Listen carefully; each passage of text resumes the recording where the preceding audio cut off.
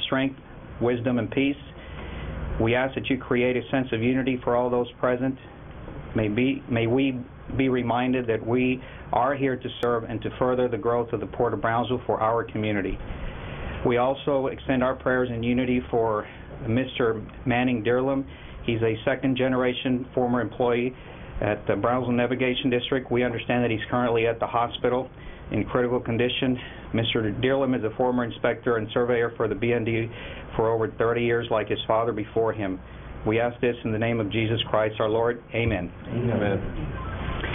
Mr. Solis, would you lead us in the Pledge of Allegiance, sir? I pledge allegiance to the flag of the United States of America and to the republic for which it stands, one nation, under God, indivisible, with liberty and justice for all. Texas Pledge. I pledge allegiance to thee, Texas, one side under God, one and indivisible.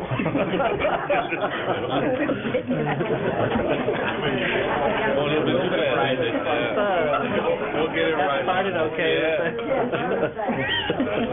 No one doesn't have the same. There were two Texas pledges, and the one recently came out. It just confuses everything. I'm used to the old one. Okay. Tonight we have one individual signed up. There's Francisco Cifuentes. Good evening, sir.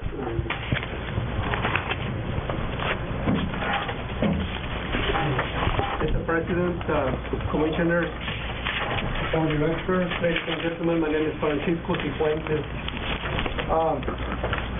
I signed up to speak about insurance or leases and tenants and providing insurance. As a new tenant, not so new a year, I've been here for almost a year, I did try to find insurance, and I got insurance. It's very expensive.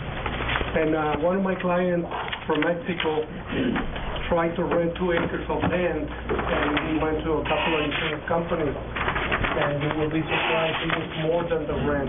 It was over $4,000 quote for insurance, and the rent was also $4,000. So it is getting to the point that we need to know if everybody's being treated fairly, and everybody's providing insurance. As I understand, there's some tenants that sometimes have made a mockery out of the system and did not provide insurance for many years.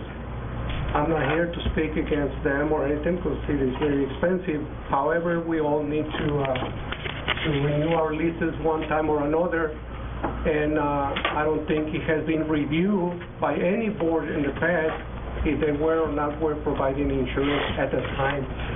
The leases were not supposed to be renewed unless they were providing insurance.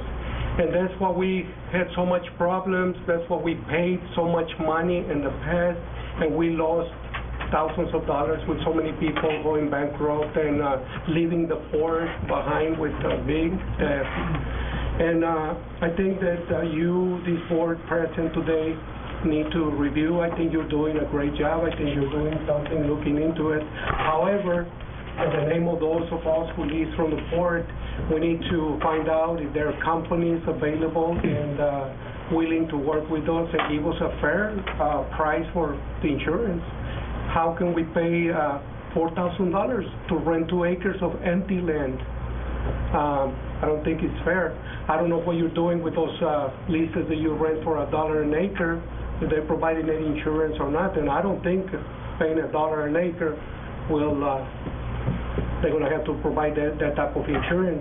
So I don't know how the district is dealing with all these issues. So I will urge the director to take a very close look at this and find out what has been happening and why is everybody being treated differently at this port. I want to be treated the same as everybody else. I bought my insurance. It was expensive, but I got it. I finally got it. They asked me for a whole bunch of stuff. And having said that, I think they're going to provide me with a list of different companies that are willing and able to provide some kind of affordable rates for insurance. I want to thank you, and let's look into it all together. Thank you much. Thank you, Mr. Fuentes. Next item is Emard. Item number 3, Community Court Director's Report. I will be very brief with my comments. One is that I left some information reports for you as part of your package, as well as copies of some of the director's reports. A couple of things I'd like to mention, that I'd like to ask Hector Lopez to give us an update on the street, the Port Road paving project. But the first two items I would like to mention, just reminders to the Commission, is on the December the 12th, we do have our service awards. We hope that you can make it. It's scheduled for 3 o'clock. And then an invitation for the 14th to the members of the port community, our lessees. We have our Appreciation Day scheduled to begin 11 to 2 that day. With that, unless there's questions, I would ask Mr. Lopez to go ahead and brief us on the status of the Port Road improvement project. Chairman, members, good afternoon. Well, we met with LNG engineers last Thursday to go over the progress to date on our road project. Surveying, by road surveying, is about 80% complete, and they provided us some details regarding the anticipated layouts for the new roads, whether we want to turn some of the existing roads that are one-way into two lanes each way, and we looked at also at signage. Obviously, that is a concern. We looked at drainage, which they will be surveying and identifying how we're going to drain properly the new improvements, and also the railroad crossings, whether we entertain the idea of whether some of those crossings are still existing or not. The plan to date is that by the end of this month, they will be providing us with some conceptions and some preliminary costs, what is anticipated out there. As part of this work, it already has begun. They're about 50% doing some geotechnical borings across the site, and they're also doing, you may have noticed the little strips. They are taking traffic counts as part of the design. So that's also ongoing. They need to do that for 30 days in order to get a good count and a good average that includes good days and bad days as well. So include into the pavement design. And once we have those preliminary costs with layouts, then obviously we want to maximize as much as we can our project, the grant from the Highway Administration. And it will be then time to see, hopefully the numbers will be good, that we can add some roads that are not part of that package. Don't hold my fingers there until I see that, but that's where we stand. And hopefully if everything progresses well, we should be beginning construction sometime next spring, March, April, and begin probably the bidding process sometime in February.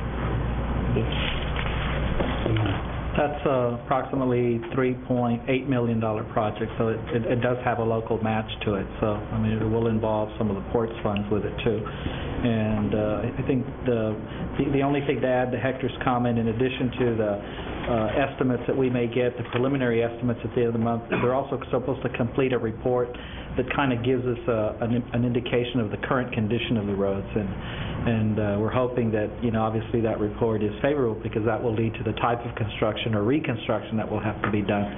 If we've got to go there and do major reconstruction, that's obviously not going to stretch our dollars. So we will come back to the Commission with a report on what that final outcome will be. And then at that time, we may have to make some decisions on either funding or making a decision that some roads that we have programmed to get done will not be able to get done. So we'll see that. Unless there are any questions, that would conclude my report.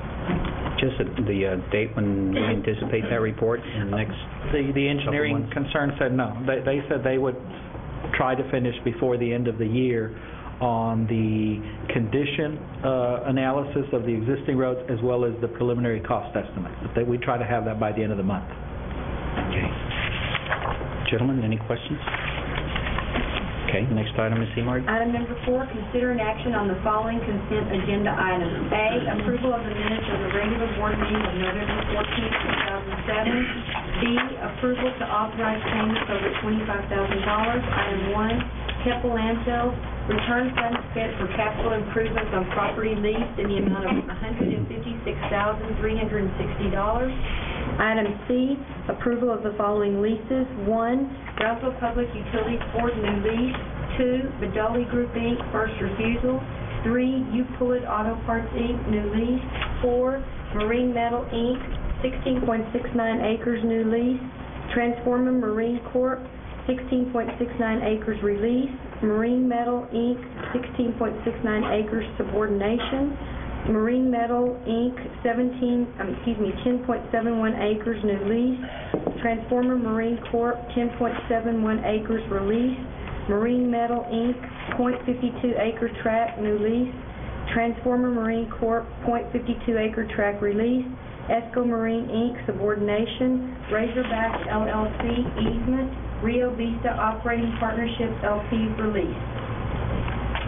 Consider an act on ratifying a resolution presented to Mr. C.Y. Ho of Keppel Anselms on November the 21st, 2007. Item E, consider an act on adopting a resolution in support of the concept of a regional convention event center in Cameron County, Texas.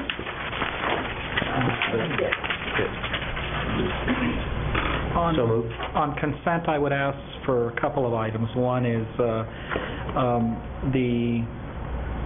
let's just do one. I know at the last meeting on the PUB list you had wanted a progress report on the desal project. Now Mr. Brusiak is on his way, so maybe we can do that in the public comment. Okay. But on number 3, You Pull It Auto Parts, I do want to say that we that is a negotiated lease. Representatives from You Pull It are here.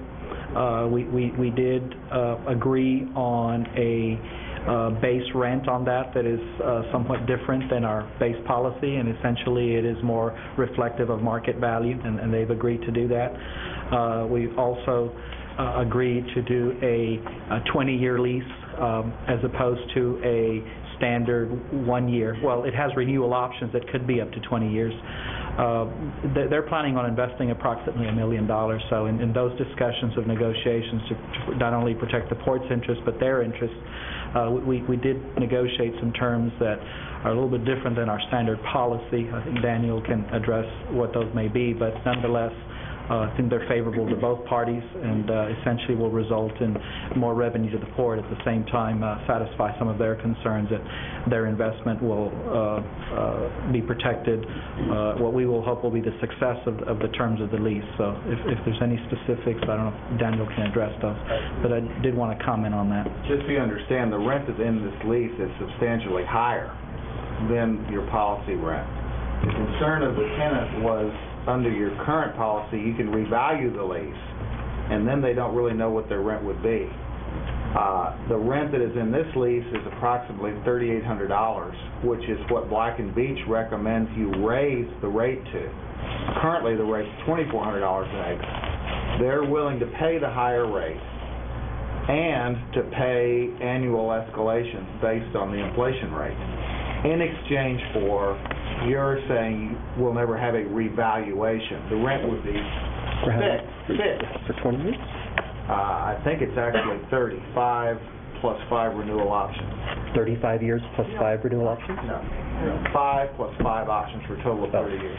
And the rent would go up every year according to the Consumer Price Index. And the rent would start off at $3,800 and some dollars, rather than your policy rate of $2,400. Mr. Campiano, when is the Black & Beach recommendations going to actually come online as far as for all tenants seeking renewals? Well, that recommendation can actually be put forth. I think part of the issues associated with that is what are we going to do with that revenue? How is it going to be used? I mean, we could conceivably just bring it to you for a matter of consideration. As my understanding, it already has been presented to the commission in the past. If you're ready to act on it, we can present it. Part of the discussion we had at the last month, I believe you asked about it, is that we haven't developed the overall strategy on the whole concept of what in this particular case, the leasee agreed to pay what the recommended one is. So I don't know if this commission, if you're asking that we do that to everyone, or do we actually look at a strategy for phase it in over time. they were willing to pay that in exchange for knowing that there isn't going to be some change down the road that might affect them. In addition, essentially what we did with them is we enacted the policy because it also has the CPI index that will have adjustments annually to keep that rent current. But, I mean, if this commission is ready to tackle that issue, we can bring that forward. I was hoping that we could have more of a workshop session on the overall master plan to include some of the issues that are in there and strategies on how to address those that would involve looking at additional revenues that may or may not only be rents or revenue from leases.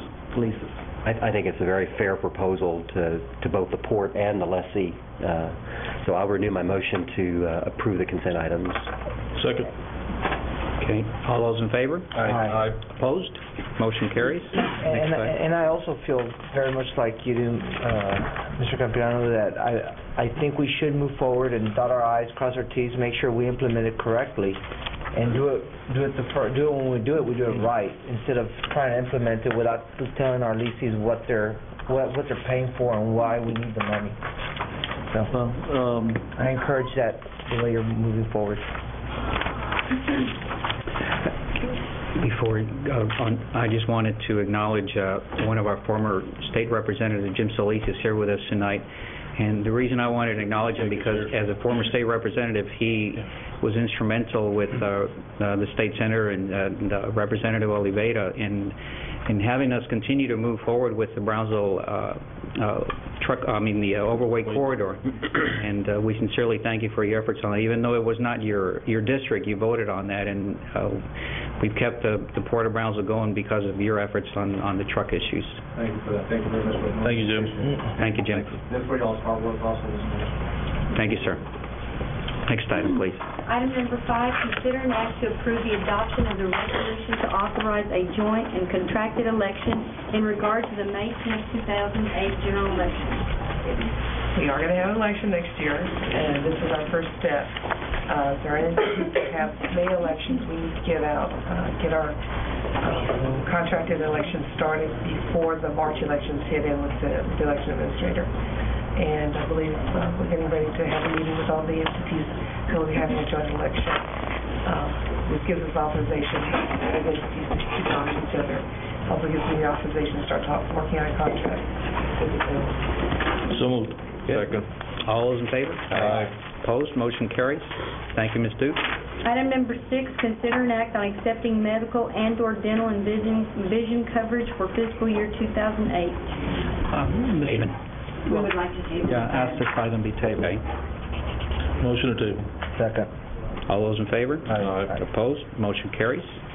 Item number 7, consideration and action on assignments, negotiations, easements, subleases, and contracts in general. Item 1, U.S. Clay LP, authority to negotiate. Mr. Chairman, Commissioners, U.S. Clay is requesting to lease additional property. They're situated right here off of the liquid cargo dock, and asking the board to give me authority to negotiate the additional property. So moved. I'll second. Okay. All those in favor? Aye. Opposed? Motion carries. Throw them out. Item number 8, consider an act to approve a right of entry and possession agreement with Cameron County, Texas for various parcels of land for drainage easements as part of the FM 511 improvement project by TxDOT. Chairman, Board. As part of the 511 improvement projects by the Texas Department of Transportation, several parcels of land along our property are necessary to accommodate drainage of this improvement. I listed in there, and there's a little packet that shows the general location of the different parcels. But in total, there's approximately 35.7 acres. And here I can show you briefly, and probably this is basically the only map that I have that can show you what the different parcels of land are. But basically, this is the current FM 511, this is Freehold Soil subdivision. The improvements will be to 511, and eventually we would like to work on our phase 2, which is our sub corridor. And in order to drain this property, TxDOT through working with the county, is requesting a right of possession of this long strips of land, which are all of the currently drainage easements, and they're ditches. They're not easements yet, but they are drainage canals out of the and this improvement would serve not only to drain the phase 1 of FM 511, but also the future phase 2. Mr. Sepulveda with the county chair today, in case you have any questions. The land is basically vacant. We don't have any improvement except for one location in which there's our crossing from BRG, but that is not part of the land that we will be given the right of entry and possession to. Yes, sir. One comment. We had presented this already to the commission, if you recall. I think it was in either August or September where we did the preliminary and we got the okay to move forward. The only thing, and I know Mr. Sepulveda is here, is that part of that issue on the drainage right-of-way, it's in addition to the right-of-way for the Phase 2 project, but we had requested that a right-of-way access from 511 to our property off of 511 also be provided as part of this project. So I just kind of wanted to ask Mr. Sepulveda, where the status of that particular right-of-way, because what that will do in effect is that it will provide us a means of being able to get to our property without even having to go either wait for Phase 2, go through Yard Road or around the back. And it was part of what we had requested in exchange of moving forward on the drainage as well as the right-of-way for the Phase 2 project. Good evening, Mr. Chairman, members of the Commission. Again, my name is Pete Sepulveda. I'm the County Administrator for the county. TxDOT came to the county back in June and requested the county's assistance in getting 31 easements from 31 parcels for outfall and drainage improvements as part of the 511 project. At that time, they told us that the project would be led in September. Normally, they give us about 18 to 24 months to work on getting the right-of-way or drainage easements. In this case, they really only give us a couple of months, so we're approaching this project a little bit different than what we normally do. Normally, you go out and you get appraisals first, and then you make offers to the different property owners that are impacted.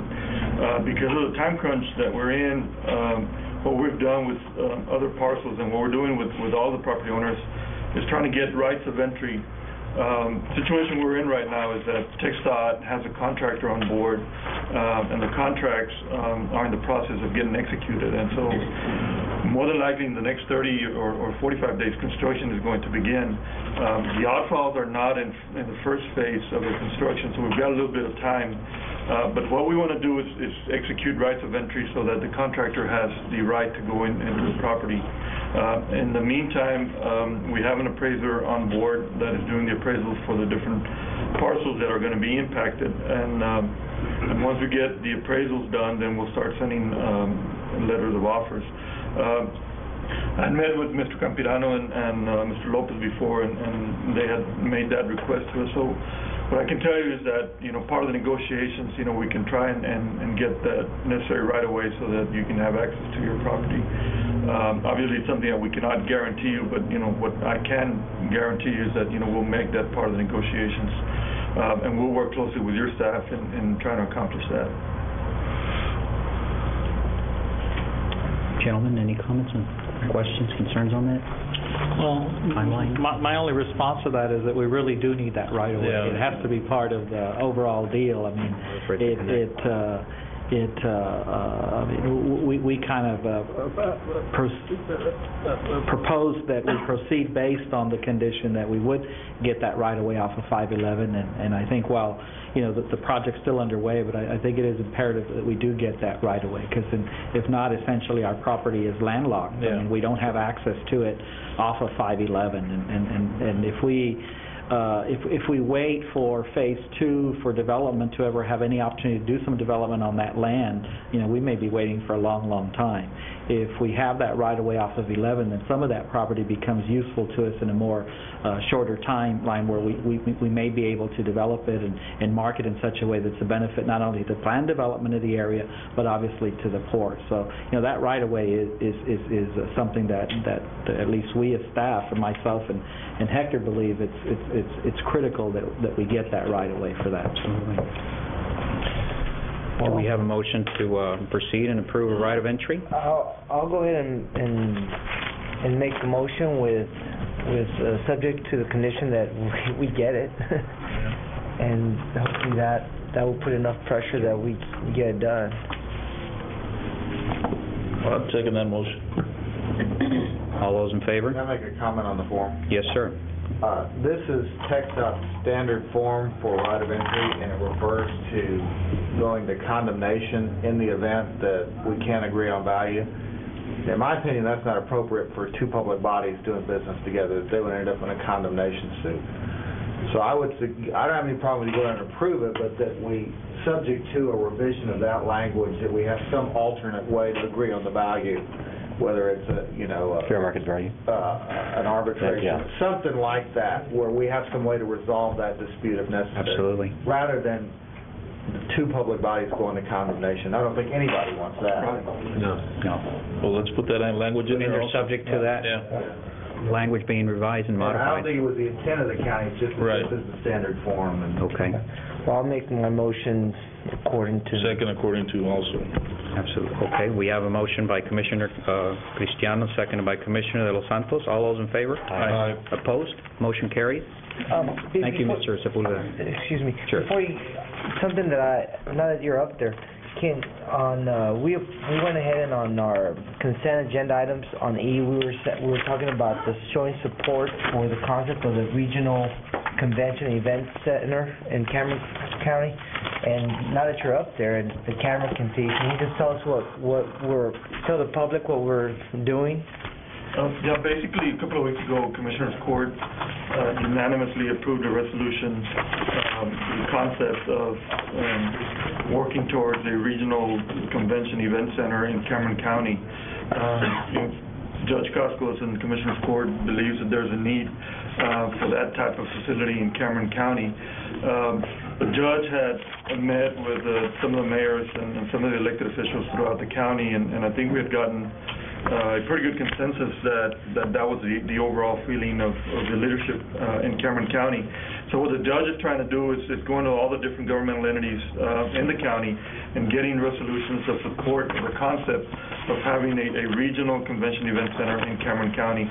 So this is the very first step, trying to measure what type of support there is. Once we get a comfort level on the level of support that we have, from the elected leadership in the county, then we'll move forward to the next step. So this is the very first step, and we've got numerous resolutions already from different municipalities. I believe UCB already passed their resolution. Yes. The county has, and so we're going to continue over the next couple of weeks and trying to get as many resolutions as possible so that we can move forward. Once we do that, we'll certainly keep you abreast, Mr. Campirano, abreast of the next steps that the county will take. Well, you can tell the county judge and the county court that from this commission I fully support it, so thank you. It's a non-binding resolution. It's a non-binding resolution. We had the pleasure of meeting with the county judge last week, and he mentioned that, and we definitely embrace that. Appreciate it. Thank you. Thank you. Next item. Item number 9, public comment. Mr. Brusiak, here he is. But indicated when we had this last item for discussion, you had asked for what was the status of the desal project, so I asked Mr. Brusiak just to come and can give you a little bit of an update of what is going on with that project. Good evening, Mr. Chairman, members of the Commission. Betty, thank you. Did want to give you an update on the pilot project at the port that's been ongoing. The study is a continuation of the feasibility study completed in 2004. The Brownsville Public Utilities Board was selected on a 3-location study based on applications submitted to the Water Development Board in March 2006 to a pilot full-scale desalination plant. In April 2006, the Water Development Board approved financial assistance to the PUB and executed a contract in July of 2006. The pilot plant began operations in November of 2006 on a site furnished at the Port of Brownsville, by the Port of Brownsville. The plant has been referred to as one of the most extensive projects in the United States, using state-of-the-art processes in one of the most difficult conditions found in variable water qualities. The project grew from its original concept of a comparison of a conventional pretreatment with one ultrafiltration methodology. Pretreatment of the water prior to the reverse osmosis desalination is the most critical step in a successful project. For this project, we have 4 pretreatment units that we've selected for testing. Pretreatment equipment includes a conventional treatment system similar to the system installed at the PUB water treatment plant, which is coagulation, flocculation, settling, and filtration, and 3 micro-ultrafiltration MF-UF units. Each of the MF-UF units are similar processes. Each have their unique operational technology. These unit manufacturers are Paul, microfiltration outside to in with pressure, GE Xeon, ultrafiltration outside to in with vacuum, and Norit Viola, ultrafiltration inside to out under pressure. The process for each of these is similar to a straw filter media, whereby pressure forces the water through the straw casing in or out, depending upon the type listed above. The water must be free of all suspended matter before it can be introduced into the next step of the process, the reverse osmosis units. The varied water quality found in the port channel proves to be a challenge for the units to perform. Each unit must pass an extensive series of phased protocol testing to satisfy the Texas Commission on Environmental Quality, TCEQ. To date, only the Paul unit has satisfied these requirements. Conventional treatment may be eliminated from future considerations, as it is not able to consistently perform through the abrupt changes in the source water qualities. The other 2 UF units are midway through their testing requirements. The reverse osmosis process consists of 2 standalone water treatment systems with a treatment capacity right now of 18 gallons per minute, with the water pre-treated, leaving only dissolved salts to be removed under pressure from 600 to 800 psi. This system will be operated under various condition combinations to assist in the optimum design for a full-scale plant. It is expected the pilot study will continue to operate until mid-July 2008, at which time a report will be completed and recommendations made to the PUB, the legislatures, and the Texas Water Development Board for future funding. This is a real good project. Like I said, it's probably the most extensive one in the United States because of the water quality conditions. In fact, the Paul unit, which we felt would be the one to first fall out, is the one that's been the best. Some of the top performers have not performed, and it's just really baffled them with the water quality. They're not backing out. They're going to stick with it and try to make their units perform. But that's the intent of doing one of these projects. Before you invest $100 million or $50 million, you have to have all this worked out. If you just jump in and start it with one of these units, it's a disaster. And that's pretty much what happened in the Tampa Bay area when they built their plant. It failed, and they're still working and trying to get it. And it's really this time of effort is what we have to do. And the state is that what we want to do is try to hone in on probably Paul and maybe one other unit and get the bugs out and then let it run for 6 months continuous instead of start, stop like we're doing right now. But that is the intent of a pilot, is to start, stop. And we have a problem with our operators there because our operators like to run a plant at full capacity with no problems. And this is like going in and where you want to create problems, and they're not used to that. So it's a little bit of a learning curve for them.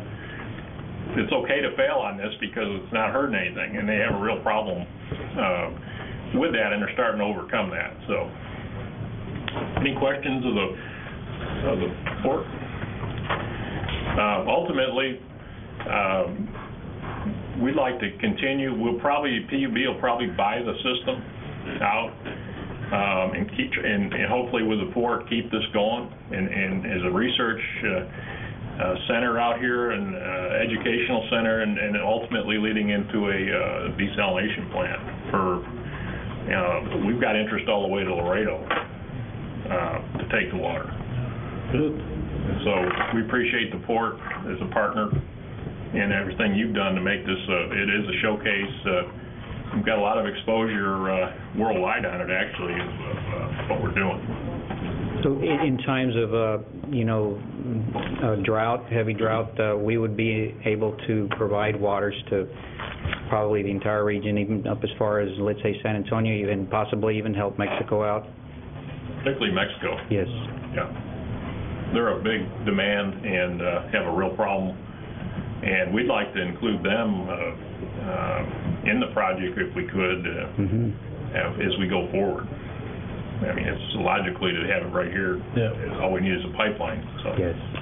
And you mentioned the quality level of the water here. Is that as compared to other areas, is it worse or? I mean, it's worse not because of the water being bad. It fluctuates so much with the agitation by the ship traffic that you can have it real clean and then all of a sudden it's real dirty, and that the units have a hard time adjusting to that.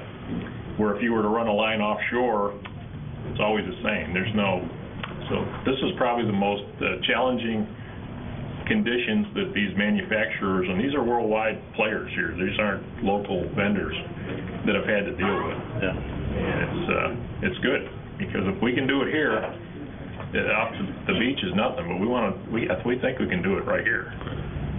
So it would be ideal for us to have a pipeline into the ocean instead of having it here off the channel. Yeah, well, I think we'd like to have it here at the channel if we can work the bugs out, because that way we don't have to have the cost of a pipeline. Expensive, yeah. Very good.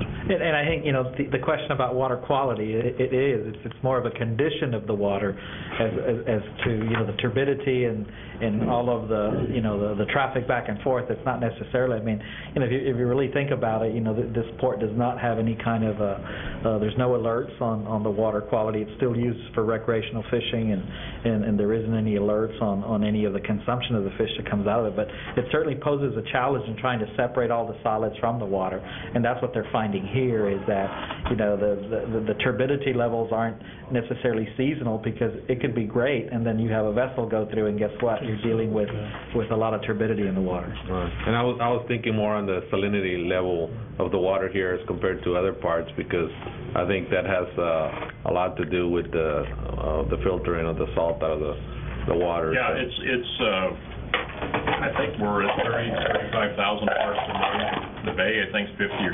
60,000. Even worse. So it's not that bad. It's just really the pre-treatment is what's. If we can get that under control, I think we can. And our plans were to operate this plant when we got into some scale of a large scale was to operate the plant off-peak. In other words, run it at night, have off-site storage where our energy costs are real cheap, and that will drive the cost of the water down, and then during the day pump that water from the storage into the system and into the deal to keep the cost down. That'd be a unique situation here where we could do that. Mr. Bricia, we certainly thank you. We hope that you can give us a report in the next 6 months or a year from now and see what level we're at. If you'd like to go out there and look at the plant at any time, please let us know already, and we'll be glad to do that. So. Thank you, sir. Right. Thanks. Thank you, John. I have one other public comment to make, if I may. On Monday, I sent you all a note advising you that we were going to we had a resignation, one of our vital members of our team. And at this time, I'd just simply like to announce and recognize Hector Lopez. Hector has submitted his resignation. He has accepted employment opportunity and elsewhere. But I do want to say that Hector has been a true professional every sense of the word for the short period of time that I've had the ability to work directly with him. It is a key position at the port. He will be sorely missed. He's been very gracious to offer his assistance and his departure. He's only going to be up the road. It's not we're losing him way upstate or to another country or anything like that. And so he has been very gracious and with his offer to assist us in projects. We will work with Hector, and we have a capable staff, and we'll just absorb some of the work that will have to be spread out. But I do want to acknowledge Hector for his service to the port, and certainly want to say that he will be missed, and he certainly wish him the best in his new endeavors. And I don't know if Hector has any comments he'd like to offer, but certainly wanted to publicly thank him for his service and his professionalism, and he's been a real impact, a positive impact to this organization. Sorry to see him go, but certainly recognize that you can't hold a person down if opportunities are there. So, Mr. Lopez would please definitely like to hear from you. I really do say that in the last 4.5 years that I've been here, my appreciation for the port has tremendously changed. We all grew up around here thinking that it was the place that you went fishing at the Union Carbon Channel and the wood dock. Now I know what it truly means. It's a lot more than that. It's for our children. It's an economic opportunity for the valley and beyond. I want to thank my staff for their hard work, my colleague directors for their understanding and working together, even though at times we did not speak on the best of terms. Part of the team. And I want to thank you guys for allowing me to be your engineer, for putting your trust in me and the many decisions that we undertook together. And I will always wish the best for the port, and I think with you in command, it can't get any better. I think the future is very bright. To our tenants, for their patience and their understanding, and I'm saying thanks. I'm not saying goodbye. For family and personal reasons, I'm returning back to the engineering consulting in the private sector, and so I'm not going anywhere. I will be knocking on doors, and we'll be around. As I mentioned to Mr. Campirano, it is very important for my work and the project that we have undergoing, and I definitely will make myself as much as I can available to ensure a smooth transition and continue work. Thank you for your hard work.